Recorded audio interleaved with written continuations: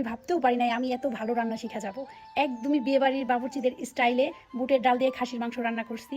Same to same আমাদের টেবিলে যেভাবে দেয় বিয়েবাড়িতে ওই রকম হয়েছে, তার থেকে দ্বিগুণ মজা হয়েছে, কারণ আমার ডালটা আস্ত নাই। প্রথমে আমি এখানে শাক ভাইজা নিয়েছিলাম, সে জিরা রয়ে গেছে, সেই জিরা ফোড়ন হিসেবে নিয়ে নিলাম। আমি দিয়ে দিছি পেঁয়াজ কুচি, কয়েকটা রসুন, এটাকে আমি লাল করে ভাইজা নিব। পেঁয়াজটা লাল করে ভাইজা নিলে ডালটা অনেক বেশি মজা হয়। এমনিতেও তো ডালে আমরা বাগার দিই। তো আমি এই যে গরম মশলাটা একটু পরে দিয়ে দিছি, গরম মশলাটা ফোড়ন হিসেবে আগে দিলে ভালো একটা ফ্লেভার আসে। আর এদিকে আমি অন্য একটা পাত্রে ডাল সেদ্ধ বসাই দিছি। ডাল এতবার ওয়াশ করার পরেও দেখি দুই একটা পোকা। এরপরে আমি একেবারে ডালটা আরো সুন্দর করে ধুয়ে দেন আবার বসাই দিব। আর এদিকে আমার পেঁয়াজটা লাল করে আমি ভাইজা নিছি। পেঁয়াজের সাথে যে জিরা দেওয়া হয়েছিল আগে, ওই জিরা ফোড়নে এত ভালো একটা ফ্লেভার আসতেছে, বাসা মোমো করতেছে। তো পেঁয়াজ ভাইজা মাঝখানে ফাঁকা করে আমি এই তো আদা বাটা, রসুন বাটা, জিরা বাটা 3 টেবিল চামচ পরিমাণ দিয়ে দিছি। এখন আমি এটাকে তেলের মধ্যে একটু ভাজা ভাজা করে নিব। এভাবে তেলের মধ্যে একটু ভাজা ভাজা করে নিলে অনেক বেশি টেস্ট হয়, কারণ মশলাটা তেলের সাথে ভাজা ভাজা হয়ে যায়। এভাবে ভাজার পরে আমি যখন লবণটা দিব, সাথে সাথে পেঁয়াজটা একদম নরম হয়ে গলে যাবে। আসলে মানুষ আস্তে আস্তেই রান্নাটা শিখে, কেউ শুরু থেকে শিখে আসে না।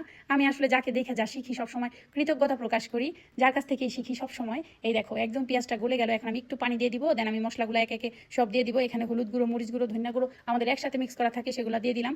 সব মশলা দেওয়ার পরে আমি অনেকটা টাইম নিয়ে মশলাটাকে কষাবো। 3-4 মিনিট মশলাটাকে যদি তুমি কষাই নাও, তাহলে মশলার একটা নিজস্ব ফ্লেভার আসা পড়ে। আর মাংসের জন্য এটা আমার খুবই ভালো লাগে। আমি ঠিক আমার নিজের মতো করে আজকে এটা আমি রান্না করতেছি।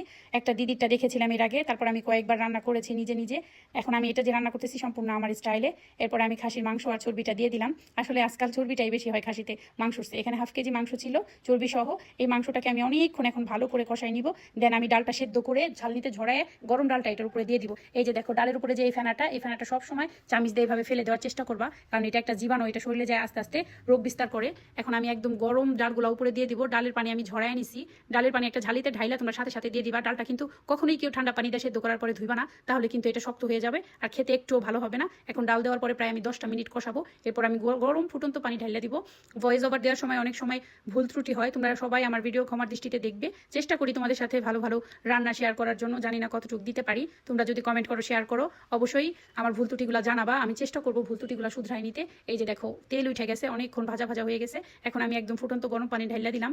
আমি আসলে পাশের চুলায় গরম পানিটা করে রাখি সব সময়। এখন হওয়ার পরে আমি যে একটা শাক বানাইছি, কালকে তুমি রেসিপিটা দিয়েছিলাম, সেই শাক বাটাটা দিয়ে দিব। শাক বাটার এই যে অর্ধেক অংশ আমি ডালের ভেতরে দিয়ে দিব। এটা এত মজা হয়, যাদের রেসিপি লাগবে আমার কালকের ভিডিওটা তোমরা দেখে নিতে পারো। খুবই খুবই ভালো একটা মশলা। এই মশলাটা আমি আমার শাশুড়ি মায়ের কাছ থেকে বানানো শিখেছি। এই যে আমার ডাল 80% হয়ে যাওয়ার পরে কিন্তু আমি মশলাটাকে দিয়েছি। তারপর আমি গরম মশলা গুঁড়ো দিয়ে দিলাম। জিরা গুঁড়ো ভাজা থাকলে অবশ্যই তোমরা দিয়ে দিবা। আমার জিরা গুঁড়োটা শেষ হয়ে গেছিল। একটু বলক আসার পরে এখন আমি 4-5টা কাঁচামরিচ দিয়ে একদম ঘুটনি দিয়ে ঘুইটা দিব। একদম গলে যাবে, জানো এত সুন্দর হবে রান্নাটা। আমি নিজেও ভাবি নাই, তোমাদের সাথে শেয়ার করার সময় আমার খুবই ভালো লাগতেছিল যে এত ভালো হবে রান্নাটা, ভাবতে পারি নাই। দেখো একদম আমি ঘোটা দেওয়ার সাথে সাথেই মানে অর্ধেকের বেশি ডাল গলে গেল। একটু আস্তে আস্তে একটু ভাঙা ভাঙা এরকম হইলেই কিন্তু ডাল সব থেকে মজা লাগে। এই যে দেখো আমার লাস্ট লুক, উপরে অল্প তেল উঠে গেছে। আমি খুব সামান্য তেল দিয়ে এটা রান্না করেছি, ওই যে শাক ভাজা তেল, কিন্তু খাসির মাংসতে প্রচণ্ড চর্বি ছিল। মাশাআল্লাহ দেখতে এত ইয়ামি হয়েছে, আমার এখনই ক্ষুধা লেগে গেছে।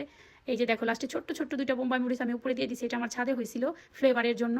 এখন আমি গরম ভাত একেবারে বাসনের ভেতরে নিয়ে রোদ্রে বসে খাওয়া শুরু করে দিব, সেই শীতের দিনের মতো মনে হইতেছে। আর ধনিয়া পাতা যদি থাকে অবশ্যই তোমরা দিতে পারো। বিসমিল্লাহ, এত মজা হইব ভাবতেও পারি না। আর এই যে দেখো মাংসটা কত সফট হয়েছে, একদম খুলে খুলে যাচ্ছে। মাশাআল্লাহ, নিজের রান্না খেয়ে নিজেই ফিদা হয়ে যাচ্ছি। তোমাদের যদি রেসিপি ভালো লাগে অবশ্যই আমাকে একটা কমেন্ট করবা, আর যদি ভালো না লাগে, কোনো ভুল ত্রুটি হয়ে থাকে, সেটাও কমেন্টে আমাকে জানাবা। তোমাদের সাথে আমার আরো অনেক গল্প হবে। ভালো থাকো সবাই, আল্লাহ হাফেজ, আসসালামু আলাইকুম।